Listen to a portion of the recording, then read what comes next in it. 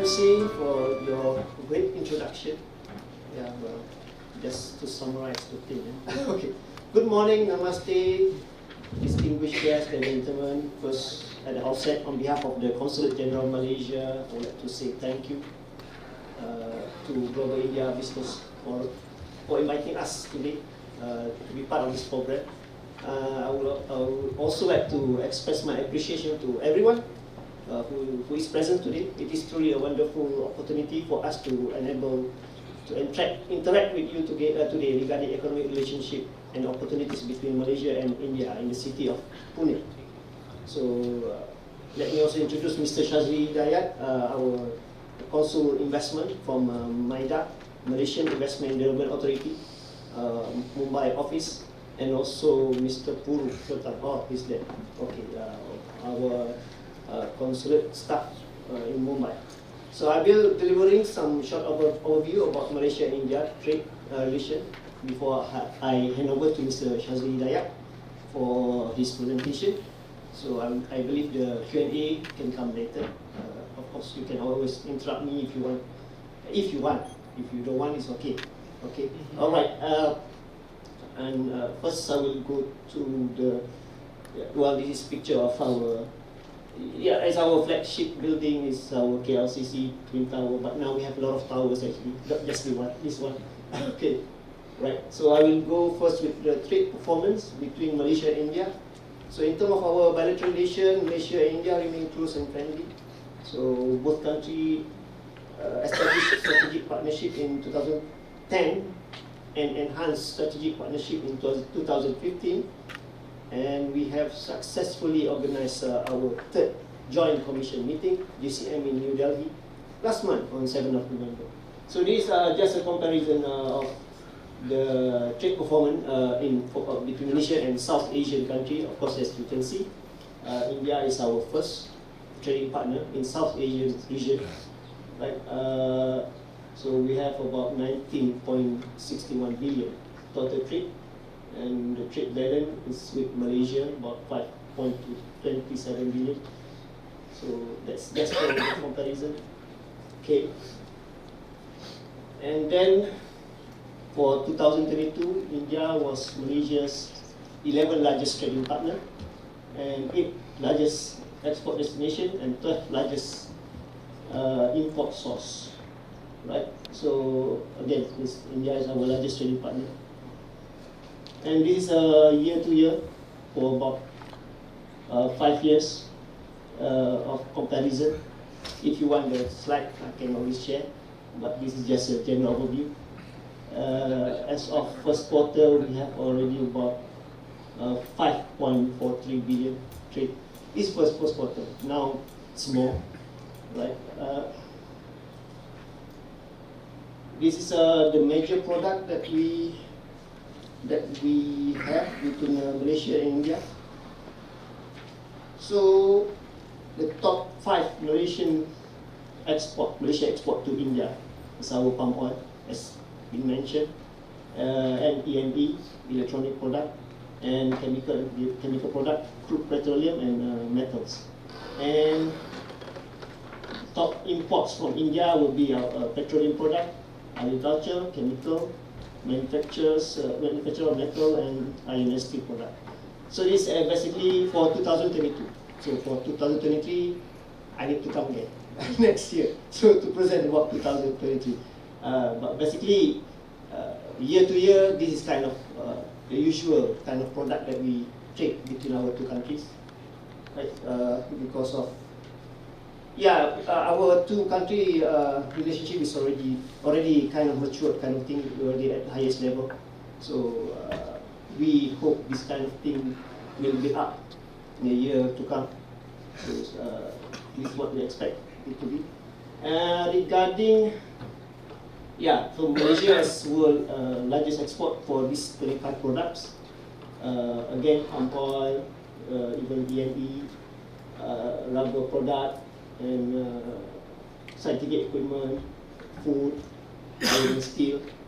So this is just for your information, just for your knowledge. All right. So the 10 reasons As you can see, for trading with Malaysia, this is among the list that we want to share with you. So it's kind of general kind of thing, because Malaysia is a trading country. We kind of already well established and kind of adhering or complying with the international standard. We have also using the good manufacturing practices, reliable suppliers. We also have good government policies that that are investor friendly, that are trader friendly, and we have good support, not just in terms of the infra, also manpowers and other resources. So basically, we always see trading as part of our, part of our policy. So we want part of our genetic, meaning that we are fully committed to build up our economic sector as much as we can by being friendly with everyone, and also have this kind of facilitating kind of policy for the investor. So we target an annual growth between 4.5 to 5.5% for about 5 years.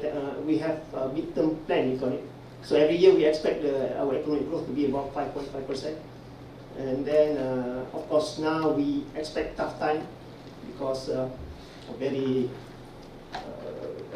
challenging external factors like the supply chain problem, the Ukraine war, and also now Middle East conflict, also US-China rivalry.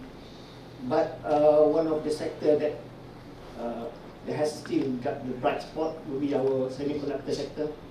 So it's actually still growing and consists of 22% of our export. And then even based on World Bank report, also the domestic demand of our product will continue to support Malaysia economic resilience this year. And we also encourage business community to take advantage of our MIDA, Malaysia-India Comprehensive Economic Cooperation Agreement that we signed in 2011. So this comprehensive agreement includes services, investment, economic cooperation, custom, technical barriers. So it also addresses non-tariff and the mechanism and preferential trading arrangement, such as also which include capacity building to enable compliance with standard and conformance measures. And because one of the key elements also is the ESG, the environment, the social and governance factor that we are slowly want it to be strengthened in years to come, because it's, everyone is looking at for the future. Right now we are moving toward preparing ourselves with the challenge with the climate change and also other kind of social issues. So in view of, also we have IFTA, the ASEAN-India Free Trade Area. So we welcome India to consider Malaysia as hub for ASEAN, because ASEAN is India's fourth largest trading partner as a collective group. So it's also the signing of IFTA, what we call it IFTA, paved the way to create one of the world's largest free trade areas with a market of almost 1.8 billion people. We combine GDP of $4.6 trillion. So last year, ASEAN and India celebrate this 30 years of relationship. Right, now I'm moving to... Okay, so basically for Consulate General of Malaysia, apart from me, for Consul General, we have a Malaysian Trade Promotion also office. So I just would like you to know that we have the MATRADE office in Mumbai can assist you with all these kind of services, also to link you with the buyers, to also facilitate Malaysian company to enter global market, and also assist Malaysian companies to invest abroad together with our Malaysian investment arm. And then, of course, the core function will be export promotion, export development, trade and market information, and trade advisory services, just in general, trade promotion. Right. So this is the contact details of our MATRADE office.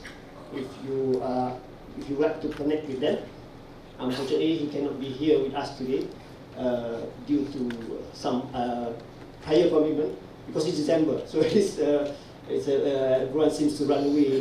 Not run away. We're running everywhere. Not run away. Sorry, I reward that kind of thing. All right. Just slip of my tongue. Right. So in terms of potential, of course, Malaysia and India we expect the trade volume and also cooperation in other areas to be expanded because based on our recent joint, bilateral meeting, there are the areas that we are looking at. Of course, renewable energy, of course, tourism, food security, and pharmaceutical, among others. Because our cooperation actually covering a wide range of sector, right? Even Hindustan Aeronautic Limited, right? Also already opened office in Malaysia, and we expect more. Just one of the companies. Actually, there are already a lot of companies already established their operation in Kuala Lumpur, Malaysia, and we have also investment here. Malaysia invested in India. We have Khazanah Malaysia here, based in Mumbai. So that kind of relationship is already there. It's just now we want to continue to be strengthened and deeper for the benefit of people of both countries. All right. In conclusion, so as India becoming one of the fastest growing economies in the world, so Malaysia believes that there will be ample scope for both countries to work together, and we look forward to explore further opportunities for expansion. Right? And so that's all for my part. Now I would like to invite Mr. Shazil, right? He will address about the investment side of Malaysia, for Malaysia Economic Cooperation. Thank you.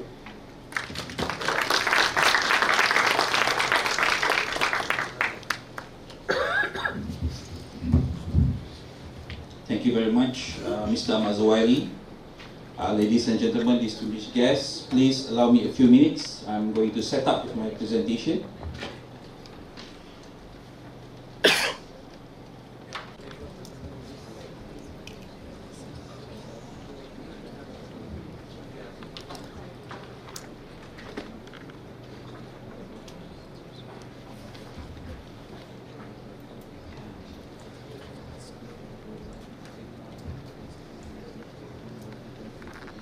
Alright, ladies and gentlemen, His Excellency Ahmad Zuwairi has spoken a little bit on the function of MATRADE, the sister agency of MIDA. So MATRADE is in charge of the trading activities. When we talk about business in Malaysia, we separate it into trading and also manufacturing activities. So MATRADE has its own part.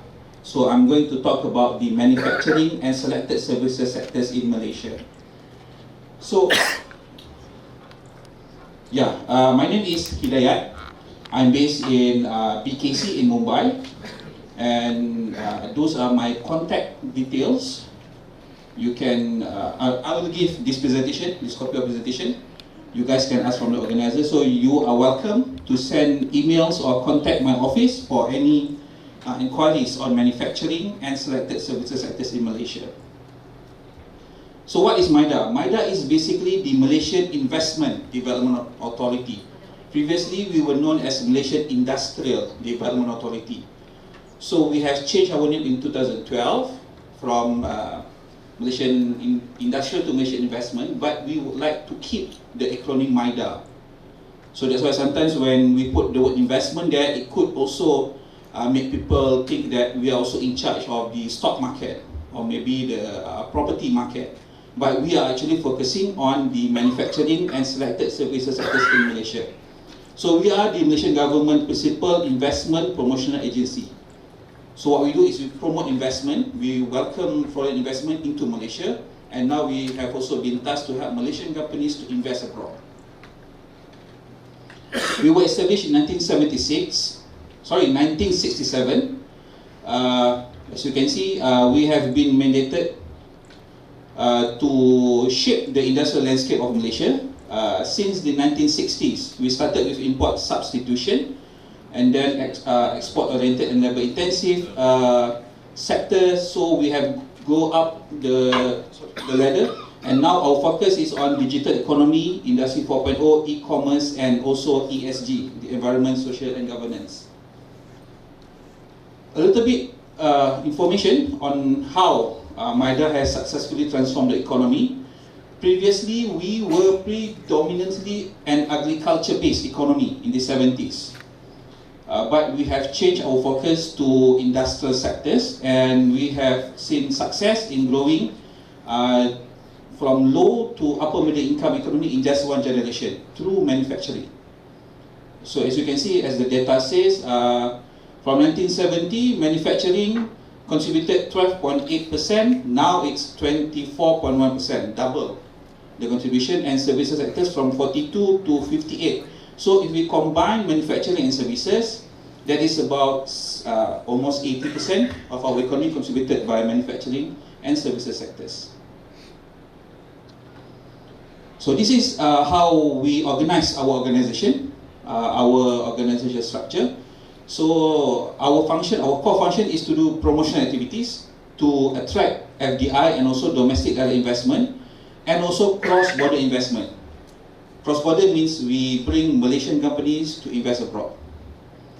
And at our HQ, we were divided into many industrial divisions under manufacturing and also services sectors. So when I talk about services sectors in Malaysia, those are the kind of services that are under the purview of MIDA. Oil and gas, maritime and logistics services, green technology, healthcare, education and hospitality, hotels and all that, business services and regional operations. If companies, MNCs would like to set up their overseas headquarters in Malaysia, that will be under our purview. And also sustainability. Sustainability is basically about ESG. And we also process application for expected posts. Why it is put under MIDA, I will explain later. And on the implementation part, we don't just promote and evaluate application. We also help companies to implement during the implementation stage. We do that by having our state officers. MIDA has presence in all states in Malaysia. And also we evaluate application for import duty exemption on raw materials and components and machineries that manufacturing companies bring in order to undertake their manufacturing activities. Of course, we evaluate, we give incentive. We are also in charge of the compliance part of that. So we have one division that take care of the compliance part, and we have done promotional evaluation. Those are the pre-investment. We also take care of the post-investment issues. So basically, MIDA, we offer end-to-end facilitation for manufacturing and services sectors.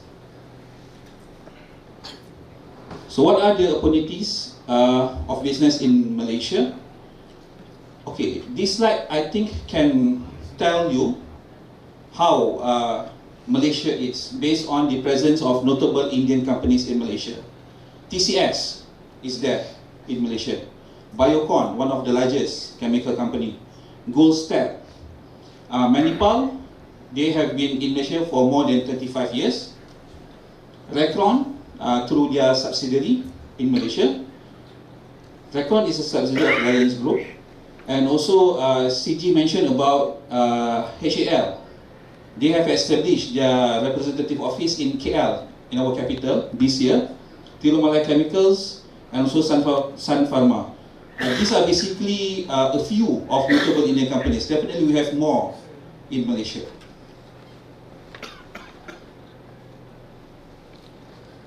For investment performance, for FDI approvals in the economy, this is for the past 10 years. As you can see, we are doing quite well. The lowest is 41.6 billion. That was in 2020, when COVID was at the height. However, the next year in 2021, we bounced back to 74.2 billion of approved FDI in Malaysia. And these are the implemented investment. Those are approved. This is implemented, the realized investment in Malaysia. 50% of that comes from the E&E, electrical and electronics sector. In particular, the semiconductor subsectors, 50%. And then followed by petroleum products, 70%, and the rest. And the top 5 major products is, as you can see, E&E, petroleum, chemicals and chemical products, basic metal and transport equipment. So why some companies in India, they chose Malaysia as the investment destination? What we can offer to potential investors in Malaysia? Number one, Malaysia has a strong economic fundamentals. Our real GDP growth since 2017 is at least 4%. Definitely in 2020, we were at the lowest because of COVID. But the next year, we bounced back to 5.7. And in 2022, our real GDP growth was 8.7%. And also, we have controllable inflation in Malaysia, around 3 to 4%. GDP at good level. And our unemployment rate is also at controllable at 3.6%. Less than 4%, and we have good international reserves. And we talk about Malaysia, we cannot run away from our strategic location in the heart of Southeast Asia. So, as you know, Southeast Asia is the fastest growing economic region in the world, and by being there at the heart of Southeast Asia, we are also equipped with facilities. We're talking about our seaport, airport, our road connectivity, all in good condition, where I believe that is also the contribution factors why many MNCs choose Malaysia.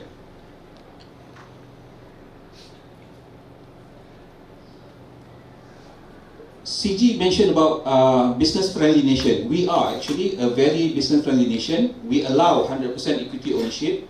So companies, foreign companies can hold 100% equity ownership in Malaysia.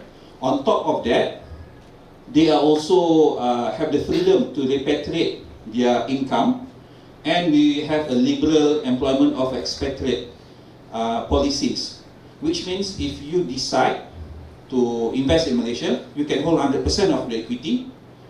You are also allowed to be the expatriate in Malaysia. You can come, stay and work in Malaysia. And also you have the freedom to repatriate your income.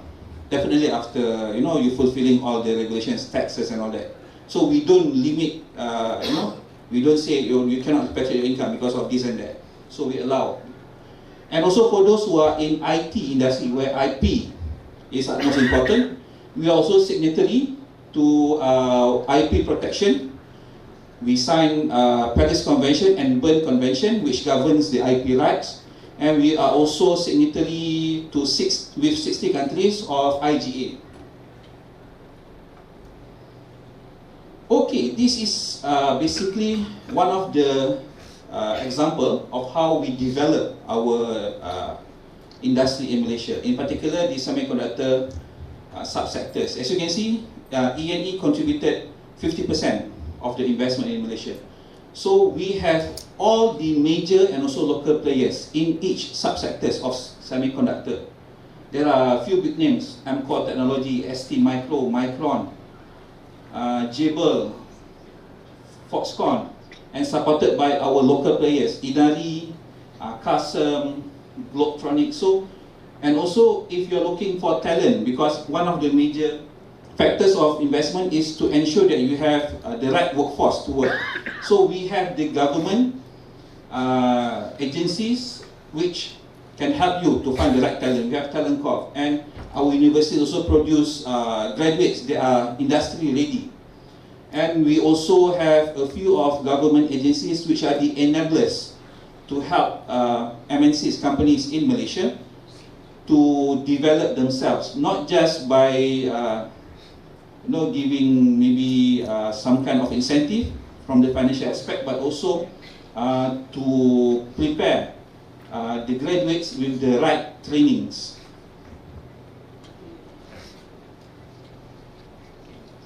And Malaysia has strong engineering supporting industry, which also helps. So if you are in Malaysia, we have the supplier ecosystem for you. You don't have to source overseas. As much as we can, we would like for MNCs to get the suppliers in Malaysia, domestically. And Malaysia being the multiracial and multicultural country, we have a talented human capital. Our national language is Malay language, Bahasa Melayu. Our second language is English, and we have Malaysians who can speak Mandarin, Hokkien. Definitely, you know, we have a sizable of Indian community in Malaysia. So Tamil, Hindi are well spoken in Malaysia. And we have, I think, around more than 40 universities in Malaysia, comprised of local and international universities, with a good number of graduates that we produce each year. So if you come to Malaysia, the infrastructure is there, the workforce is there. And we also give competitive investment incentives in terms of corporate tax exemption, what we call the pioneer status or the investment tax allowance. And for companies that have enjoyed these two, either pioneer status or investment tax allowance, but they keep on putting their money, they do reinvestment, so can be considered for a reinvestment allowance. And also for certain projects which brings high impact, so there is customized package investment incentive that can be discussed prior to you coming to Malaysia. So MIDA will be the contact point.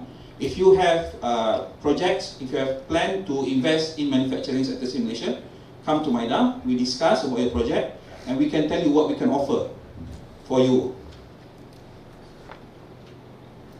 Okay, this is a little bit on the newly announced tax incentive from our 2024 budget, what we call the Malaysia Madani budget. So for high growth and high value activities under the new industrial master plan, what we consider is investment tax allowance, 100% for tier 1 activities, which means you don't have to pay any tax for certain years. And for tier 2 activities, either 60% or 70% exemption from your corporate tax. And for those companies, okay, these are for services sectors. If you set up your global services hub in Malaysia, also we have divided it into tier 1 and tier 2 types of approvals. So we will also consider to give tax exemption for these companies. And for those who are in the green technology, we also have new incentive that we can offer to you. And talking about infrastructure, Malaysia is ready to deploy 5G facilities. So we have established our Malaysia National Digital Network, or JENDELA, which plans to upgrade. We already have our 4G facilities in Malaysia, so we plan to upgrade to 5G. So there's a specific government agencies that look into that, which means we are very serious in ensuring the upgrading of our facilities. And also, Malaysia is the gateway to ASEAN and beyond. And how can we say that with such conviction? Because we have 16 free trade agreements, which will open up the market of 4 billion population for companies operating in Malaysia. So what usually they do is, they come to Malaysia, they put in the required local content. I think it's about 40% of local content. So you apply for certificate of origin from Malaysia, and those companies can leverage on from the free trade agreements that Malaysia is a signatory. So we are the signatory to RCEP, the Regional Comprehensive Economic Partnership, and also the CPTPP, which I think this is where the Indian companies should take this opportunity. You can have your operation in India, but you make Malaysia as your overseas manufacturing hub or overseas distribution services hub. Put enough local content, as I mentioned earlier, and you apply for the COO, Certificate of Origin in Malaysia, and leverage from this free trade agreement.